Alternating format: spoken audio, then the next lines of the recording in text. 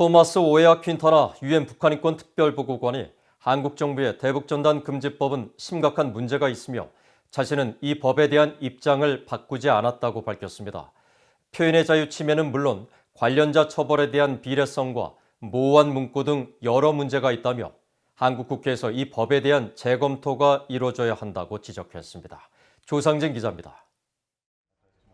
토마스 오에아 퀸타나 유엔 북한인권 특별보고관은 12일 VOA에 보낸 성명을 통해 대북전단 금지법에 대한 자신의 입장은 바뀌지 않았다고 강조했습니다.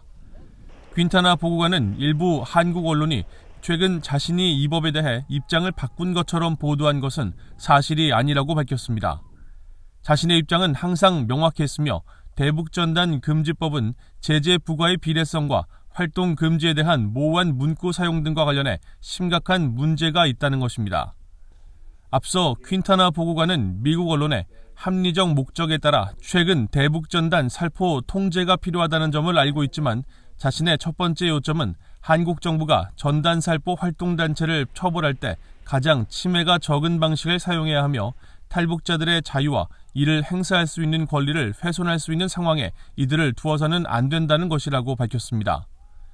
이에 대해 일부 한국 언론은 대북전단 살포 통제의 필요성을 알고 있다는 퀸타나 보고관의 발언은 대북전단 금지법에 대한 기존의 비판적 입장을 고려할 때 이례적인 것이라고 보도했습니다.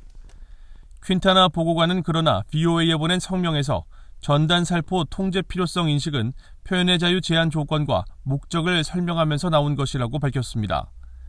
표현의 자유 제한은 표현과 위협 사이에 직접적이고 즉각적인 연관성을 설정해 명확한 필요성을 정당화해야 하며 그런 원론적 측면에서 접경지역 주민들의 생명 위협 등 심각한 피해를 막을 필요가 있다는 목적 자체는 정당하지만 수년 전 전단 살포 외에 시민사회단체의 모든 대북 활동이 위협과 직접적이고 즉각적인 연관성이 있다는 것은 입증되지 않았다는 것이 자신의 발언 요지였다는 설명입니다. 앞서 퀸타나 보고관 등 유엔 인권 전문가 4명은 지난달 공동으로 한국 정부에 혐의 서한을 보내 한국 내 표현의 자유와 시민사회단체, 인권운동가들의 합법적인 활동에 부정적인 영향을 미칠 수 있다는 강한 우려를 표하면서 대북전단 금지법의 재검토를 권고했습니다. We hope that the government will take note of our letter where we express our concerns. And we suggested and we recommended a review of the legislation, but also what is important is how the authorities will apply this legislation.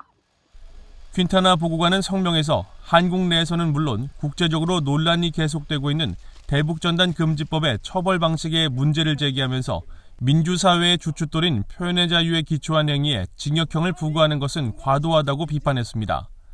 그러면서 자신은 한국 국회에서 대북전단 금지법에 대한 적절한 재검토가 필요하다는 기존의 입장을 계속 유지하고 있다고 강조했습니다.